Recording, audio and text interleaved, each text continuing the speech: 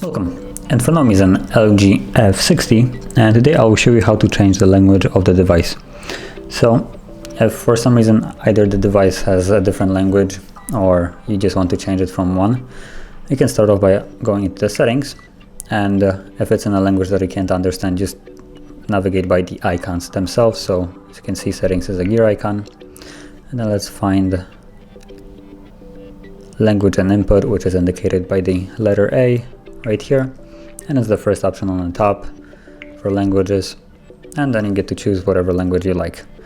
And whenever you just select it, for instance, I'm going to change from English United States to Ireland. It's still going to be in English, but as you can see, it changed, and the change is automatic, so you don't need to confirm anything. Once you tap on it, it will automatically change the entire phone's language. So that is basically how you change it. Now, if you found this video helpful, don't forget to hit like, subscribe, and thanks for watching.